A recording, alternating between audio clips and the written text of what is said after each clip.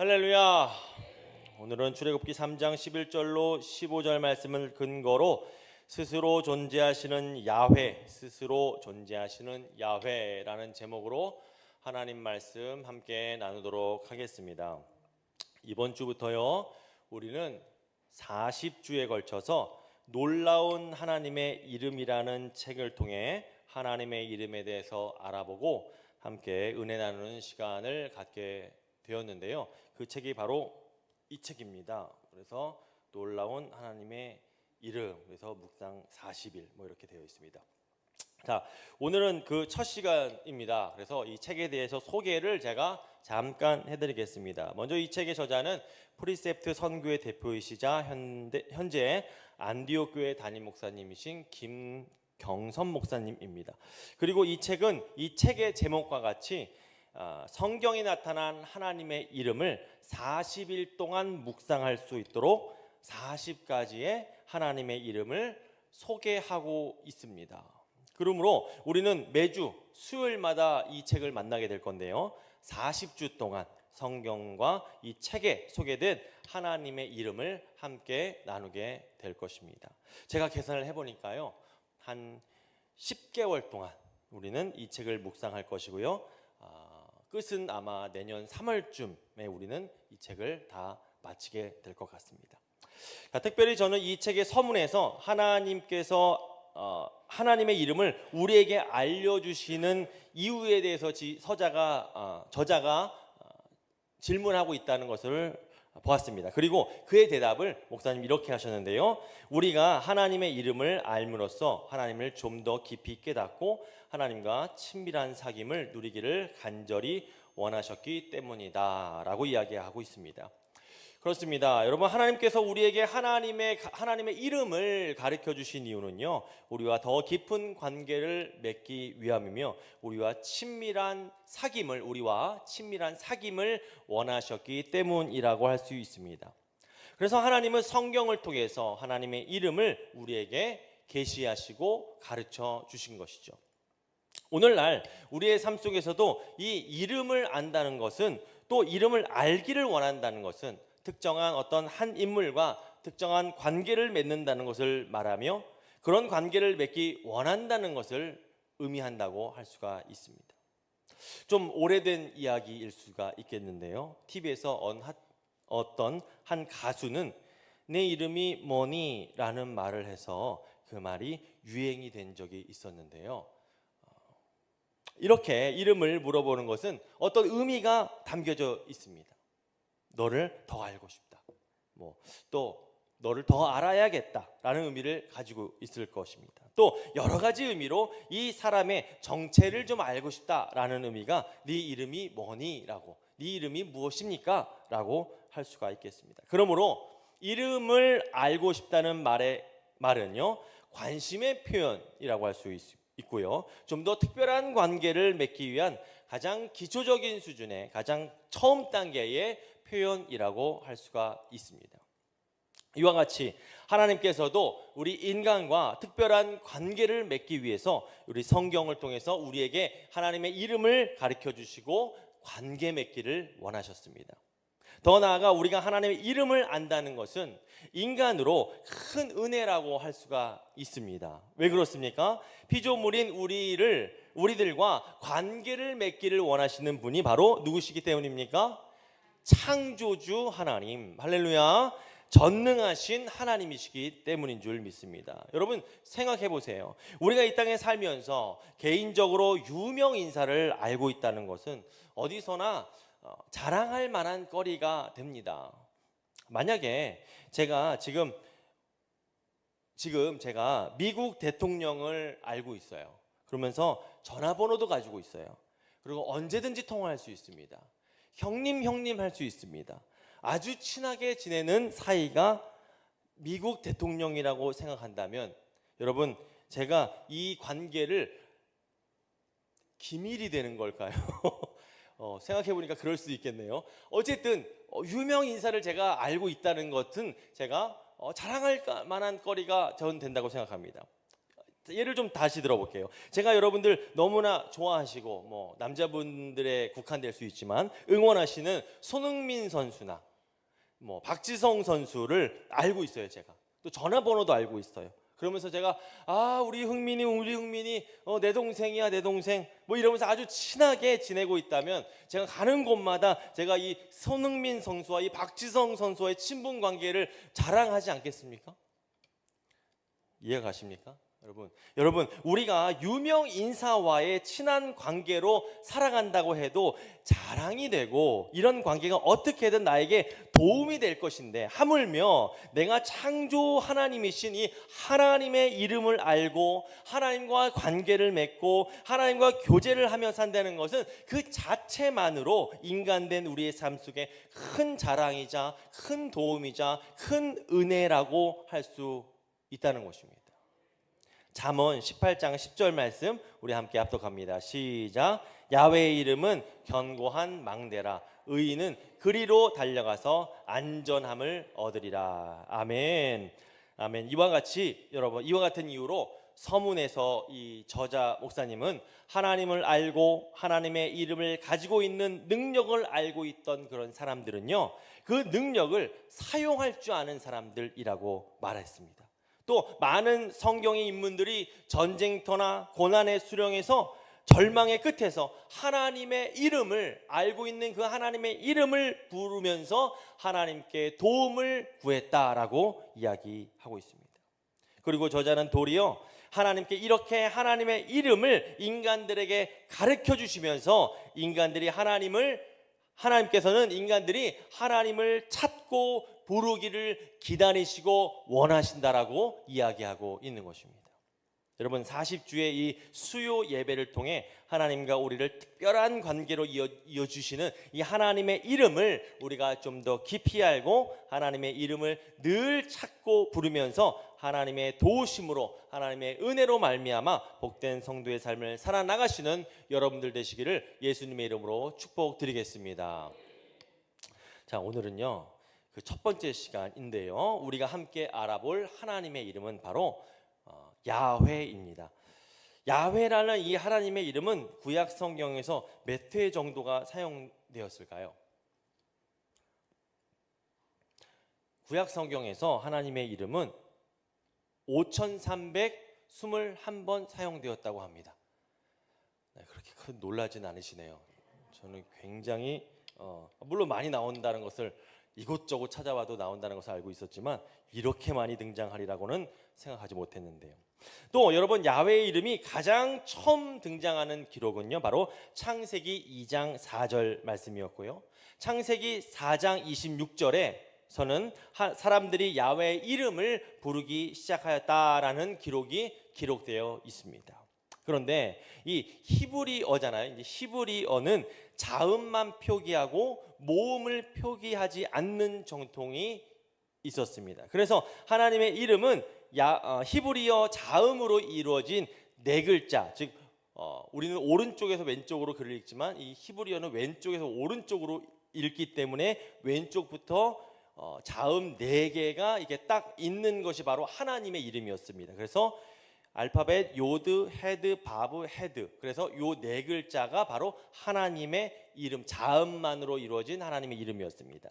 당시 유대인들은요 이런 자음으로 된 하나님의 이름을 읽을 수 있었지만 전능하시고 위대하신 이 하나님의 이름을 직접적으로 언급한다는 것은 예의에 어긋난 이런 일이라고 생각했습니다. 그래서 발음하지 않았습니다. 그래서 그들은 거룩하고 신성한 이 하나님의 이름을 쓰기는 하되 발음하지는 않았다는 것입니다. 대신에 이 네 가지 히브리어가 나올 때마다, 이 하나님이라는 이 이름의 단어가 나올 때마다 사람들은 거룩한 이 하나님의 이름을 보면 우물우물 그냥 넘어가거나 하나님의 이름을 직접적으로 읽는다는 것이 외람된다고 하는 생각에 주인이라는 뜻의 아도나이로 부르곤 했습니다. 그런 이유로 시간이 흐르면서 이 자음만으로 된 이 하나님의 이름, 잘 어물쩡어물쩡 읽지 않고 그냥 넘어가는 이 하나님의 이름은 결국에 음가를 상실하게 되고요, 아무도 이 본래의 발음을 알 수 없을 정도가 되어 버렸습니다. 특별히 그래서 사람들은 이 요드, 헤드, 바브, 헤드라는 이 네 가지 자음에 아도나이의 이 모음을 같이 붙여서 야훼 또는 여호와라고 부르게 되었던 것입니다. 특별히 출애굽기 6장 3절에 보면요, 하나님은 야훼라는 이 하나님의 이름을 아브라함과 이삭과 야곱에게 가르쳐 주시지 않았다고 말씀하시면서 그들에게는 전능하신 하나님으로 가르쳐 주셨다고, 나타내셨다고 이렇게 얘기를 하셨어요. 그리고 오늘 본문에서야 하나님께서는 모세에게 자신의 이름을 말씀하시고 가르쳐 주셨는데요, 그것은 아주 그 이름의 의미를 가르쳐 주시고 이스라엘의 구원을 위한 그런 일에 하나님께서 그 이름을 밝혀주시고 가르쳐주신다는 의미에서 큰 의미가 있다고 할 수가 있습니다. 자, 지금부터 출애굽기 3장 말씀을 근거로 야훼라는 이름을 좀 알아보고 함께 묵상하도록 하겠습니다. 자, 출애굽기 3장 말씀은 여러분들 너무나 잘 아시는 내용인데요, 하나님께서 이스라엘 백성들을 애굽에서 구원하시기 위해서 모세를 부르시는 장면이 기록된 장이 바로 출애굽기 3장의 말씀입니다. 당시 모세는 80세였어요. 80세로 3장 1절에 기록된 것과 같이 그는 장인이었던 이드로의 양을 치는 양치기였습니다. 목동이라고 해야 될까요?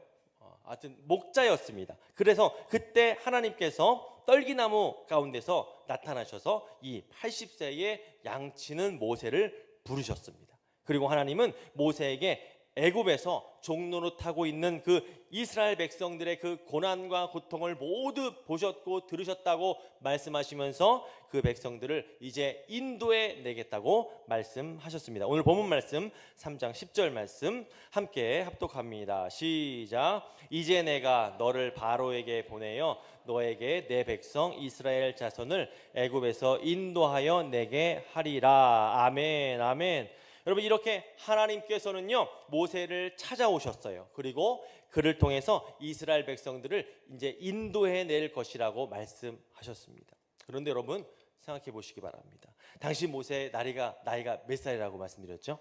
80세. 그렇습니다. 나이에 80세라는 이 나이에 자신의 소유한 양도 아니고 자기의 장인의 양을 치는 그런 목자로 살고 있었던 이 모세. 이 당시 모세는 자신이 하나님의 일을 감당하기에는 나이도 그렇고 상황도 그렇고 형편도 그렇고 결코 좋은 상황이 될 수 없다고 생각하고 그 모든 하나님의 명령을 자신은 할 수 없다라고 생각했습니다. 그러므로 다른 누구를 구원하고 내 자신 구원하기도 지금 벅찬 그런 상황 같은 느낌이죠. 그런 상황에서 다른 누구를 구원하고 인도할 상황은 더더욱 아니었다라고 인식한 것 같습니다. 여러분, 이런 모세의 마음이, 모세 본인의 마음이 어땠을까요? 여러분, 우리가 생각할 때 이런 상황 속에서 왜 모세가 하나님의 명령에 아멘으로 화답하지 않을까, 아멘으로 순종하지 않을까, 이렇게 생각해 볼 수가 있을 것 같습니다. 그러나 조금 더 깊게 생각해 보면 충분히 이해가 되는 상황인데요, 하나님의 명령은 자신의 문제가 해결된다고 해서 할 수 있는, 이룰 수 있는, 감당할 수 있는 그런 문제가 아니었기 때문이었습니다. 당시 애굽이라는 나라는요 고대 근동 지역에서 가장 발전된 나라였고요, 가장 막강한 힘을 가진 그런 나라가 바로 애굽이었습니다. 애굽의 왕자였었던 이 모세는 그것을 너무나 잘 알고 있었죠. 그러므로 그가 애굽 왕 바로에게 가서 애굽 백성을 이스라엘 백성을 애굽 땅에서 이끌어내라는 이 하나님의 명령은 아마도 모세에 있어서 너무나도 잘 이해가 불가능하다라는 것을 너무나도 잘 이해가 되는, 어떻게 보면 그를 위해서 생명을 걸어야 하는 그런 어려운 문제가 바로 하나님께서 주신 명령이었을 것이라고 생각됩니다. 이렇게 어렵고도 특별한 사명을 받게 된 모세, 이런 여러 가지 상황과 현실을 너무나도 잘 이해하고 있었기 때문에 하나님께 이렇게 질문을 합니다. 우리 11절 말씀 함께 합독해 봅니다. 시작. 모세가 하나님께 아뢰어 누구이기에 바로에게 가며 이스라엘 자손을 애굽에서 인도하여 내리까? 어떤 뉘앙스인지는 아실 것 같아요. 여러분, 모세의 이 말은요, 자신의 무능력과 부족함을 이유로 하나님의 명령을 거절하고 있는 그런 말이라고 할 수 있습니다. 여러분, 모세의 이 말은 정말로 자기가 누구인지 몰라서 물어보는 것이 아니고, 하나님 내 상황 아시잖아요. 하나님 나를 지금 아시잖아요. 내 상황이 어쩐지 아시잖아요 라는 그런 질문에, 그런 반문에, 그런 거절의 대답이라고 할 수가 있습니다. 여러분, 이 말은 자신이 너무나 보잘것없는 존재로서 지금의 자신은 하나님의 명령을 감당하기에는 너무나 부족하다는 그런 말의 고백의 말이라고 할 수가 있습니다. 사실 40년 전 모세가 40세 때 고통받는 이스라엘 백성들을 자신의 힘으로 구원하려고 하였었던 적이 있습니다. 즉 40대 모세는 자신의 힘을 믿고 어리석고 무모한 행동을 하였던 그런 사람이었었다는 것이죠. 그러나 40년이 지나 광야에 살면서 그가 80세가 된 모세는 40년 이 광야 생활을 하면서 자신의 부족함과 자신의 연약함을, 자신의 무능함을 깨닫게 되었다는 것입니다. 하나님이 이런 모세에게 어떻게 대답하십니까? 내가 너와 함께 해줄게, 이렇게 얘기하십니다. 우리 12절 말씀 함께 합독합니다. 시작. 하나님이 이르시되 내가 반드시 너와 함께 있으리라. 네가 그 백성을 애굽에서 인도하여 낸 후에 내가 이 산에서 하나님을 섬기리니 이것이 내가 너를 보낸 증거니라. 아멘. 사실 여러분, 그저 그냥 목자에 불과한 한 평범한 한 사람이 이 모세가 애굽 왕 바로에게 가서 이스라엘 백성을 풀어달라고 요구하는 것, 제가 앞전에서도 설명드렸지만 지극히 어리석고 무모하며 불가능한 일이라고 할 수가 있을 것입니다. 그런 측면에서 모세는 이미 40년 전에 자신의 힘과 능력으로는 아무것도 할 수 없다라는 사실을 이미 경험하고 이미 깨달은 상태였다는 것이죠. 그러나 40년 전과 지금의 상황, 지금 모세가 상황은 80세 이 모세의 상황은 완전히 다른 상황이라고 할 수가 있습니다. 왜 그렇습니까? 바로 지금은 우리 하나님께서 함께 해주시겠다고 말씀하시고 약속해 주셨기 때문인 줄 믿습니다. 사랑하는 성도 여러분, 출애굽은 평범한 한 사람이었던 모세에게는 당연히 불가능한 일입니다. 능력 있는 어떠한 사람이 그것을 감당한다고 한다 하더라도 그 상황은, 불가능한 상황은 마찬가지일 수밖에 없습니다. 그러나 우리 전능하신 하나님 입장에서 출애굽은 어떻습니까? 지극히 쉬운 일이라고 할 수 있는 것입니다.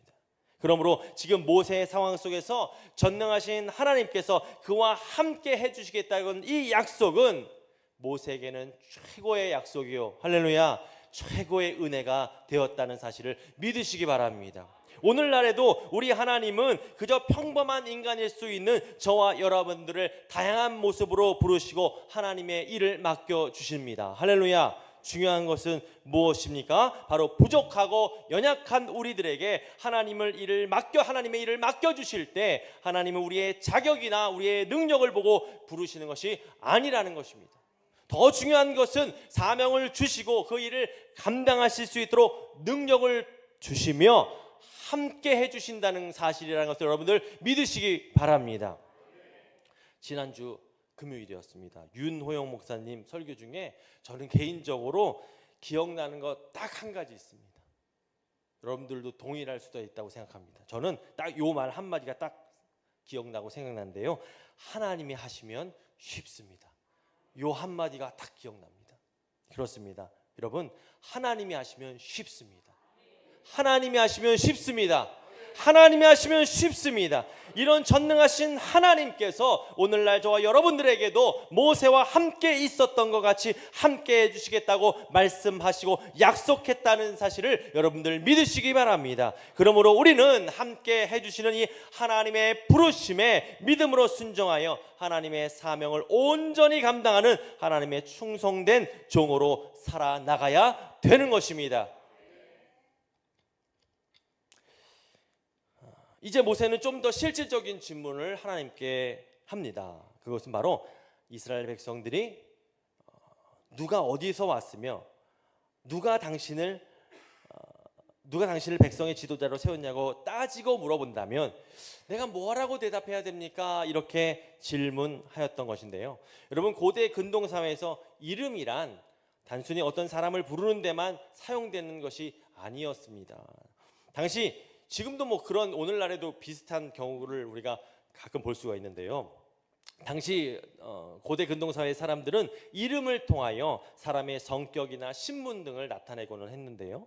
그러므로 당시 사람들은 이 이름으로 하나님이 어떤 분이신지 알았으며 하나님에 대한 신앙을 고백하였었던 것입니다. 특별히 모세가 지금 하나님의 이름을 묻고 구하는 것은요, 고대 근동의 왕이나 군주들은 이 사신을 보낼 때 그 사신에게 이 왕의 권위를 위임한다는 그런 자신의 이름이 담긴 인장을 주거나 인장이 찍힌 편지를 주었다고 합니다. 그래서 지금 모세가 지금 하나님께 이름을 묻고 이름을 구한다는 그런 사실은 이런 상황과 비슷한 유사한 상황이라고 할 수가 있습니다. 그래서 모세도 하나님의 신임을 요구하면서 하나님이 봐주신다는, 하나님께서 돌봐주신다는 그런 신임을 요구하면서 하나님의 이름을 지금 구하고 있는 것입니다.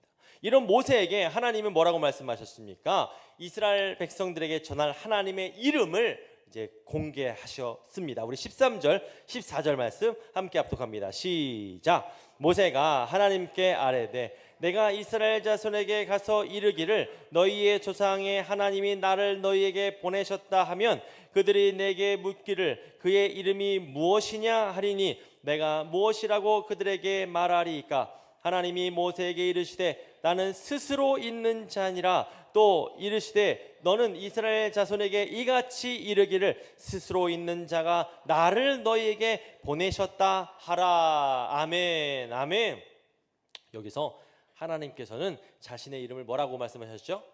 스스로 있는 자라고 가르쳐 주셨어요.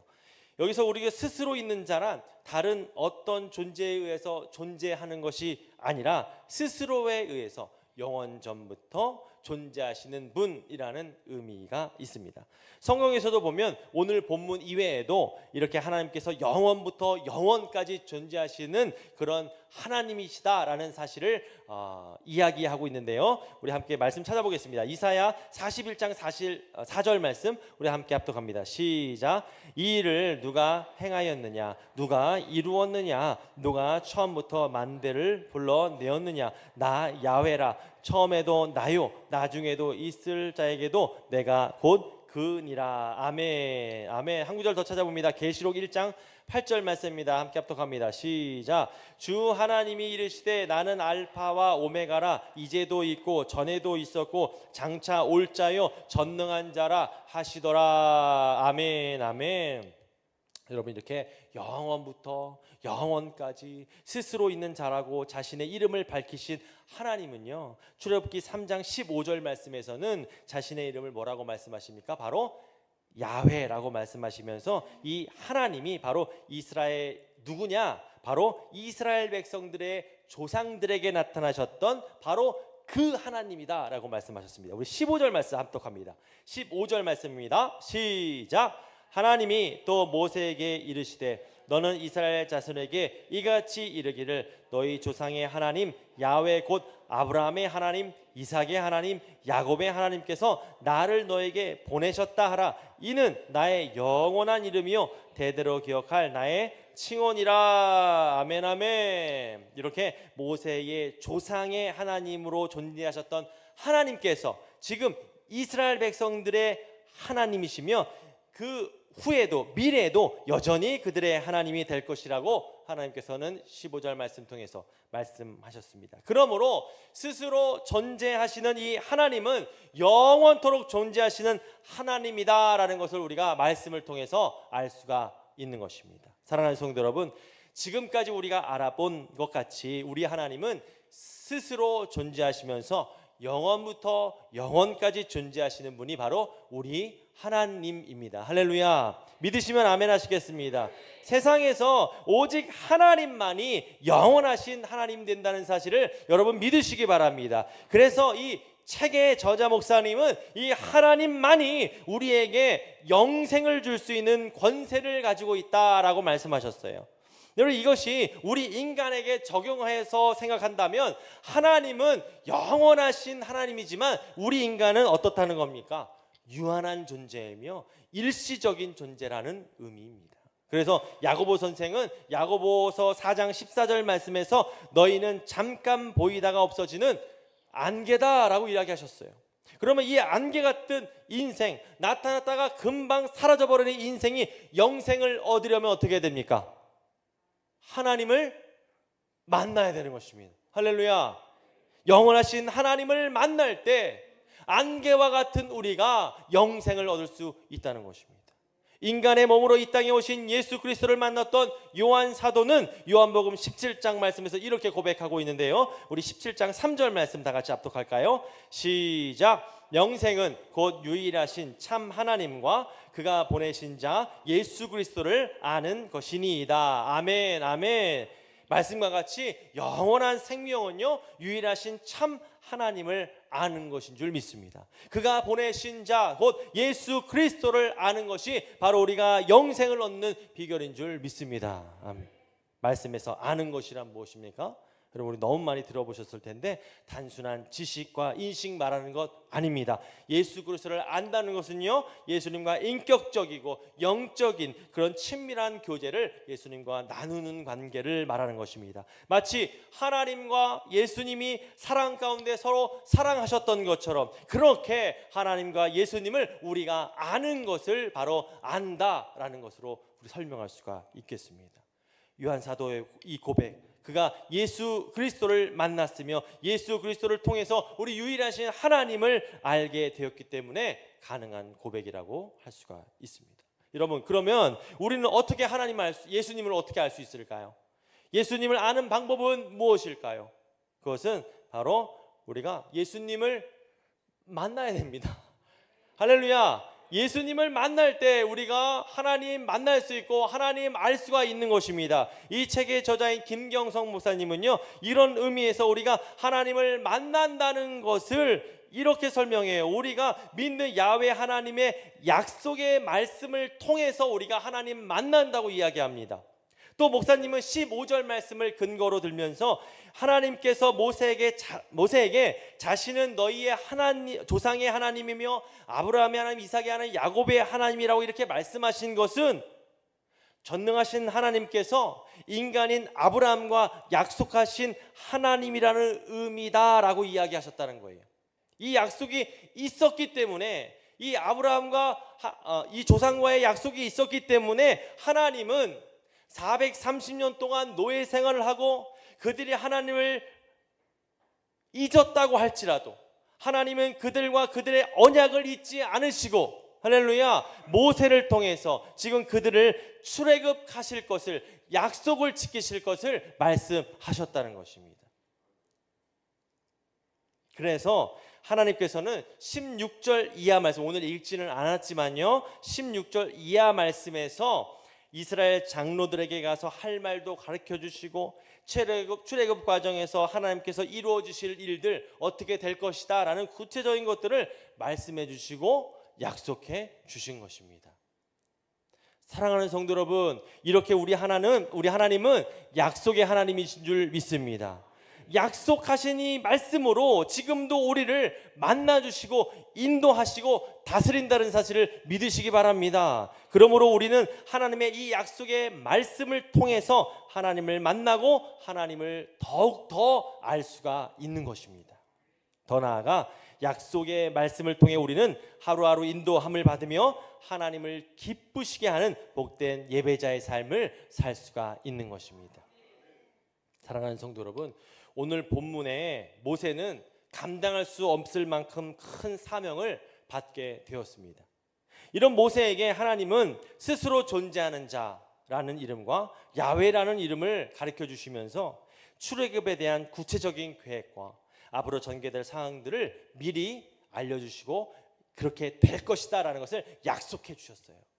이것은 마치 하나님께서 이스라엘의 조상들과 약속하신 것처럼 복 주시겠다, 아브라함과 함께 복 주시겠다고 약속하시고 그 약속이 이삭에게도 또 한 번 하시고 야곱에게도 하시고 요셉에게도 하신 그 조상들에게 하신 이 약속하신 것처럼 모세에게도 이스라엘이 출애굽을 약속하신 것이라고 말할 수가 있는 것입니다.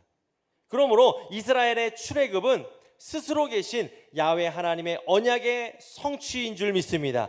이 모든 하나님의 계획과 진행이 전적으로 스스로 존재하신, 스스로 계시는 야훼 하나님의 섭리에 의해서 움직이고 진행된다는 사실을 우리는 알 수가 있는 것입니다. 중요한 것은 무엇입니까? 우리가 이렇게 스스로 존재하는 야훼 하나님께서요, 바로 저와 여러분들의 하나님이시며, 할렐루야, 우리를 구원해 주시겠다고 약속하셨다는 사실인 줄 믿습니다. 우리 말씀 찾아봅니다. 요한복음 1장 12절 말씀 함께 합독합니다. 시작. 영접하는 자 곧 이 이름을 믿는 자들에게는 하나님의 자녀가 되는 권세를 주셨으니 아멘. 할렐루야. 우리가 하나님을 영접할 때에, 믿을 때 하나님께서 우리를 구원해 주신다는 약속의 말씀인 줄 믿습니다. 요한복음 5장 24절 말씀입니다. 함께 합독합니다. 시작. 내가 진실로 진실로 너에게 이르노니 내 말을 듣고 또 나를 보내신 이를 믿는 자는 영생을 얻었고 심판에 이르지 아니하나니 사망에서 생명으로 옮기어졌느니라. 아멘 아멘. 하나님께서 이렇게 분명하게 우리에게 약속해 주셨기 때문에요, 우리는 하나님의 이 약속의 말씀을 붙들고 하나님께 은혜와 도움을 구할 수가 있는 것입니다. 우리가 약속의 말씀을 근거로 하나님 앞에 은혜를 구하며 나아갈 때 우리 야훼 하나님은요, 신실하게 그 약속 지키심으로 마치 이스라엘 백성들을 출애굽하시겠다고 약속하시며 신실하게 이루어 주신 것처럼 우리 믿음의 성도들에게 그 약속을, 구원해 주시겠다는 그 약속을 신실하게 지켜주시고 이루어주시고 우리 모두를, 성도들을 하나님의 나라로 인도해 줄 줄 믿습니다. 약속의 말씀을 통해 스스로 계신 하나님을 더욱더 알아 복된 하나님의 자녀로, 하나님의 나라 백성으로 살아가신 여러분들 되시기를 예수님의 이름으로 축원합니다.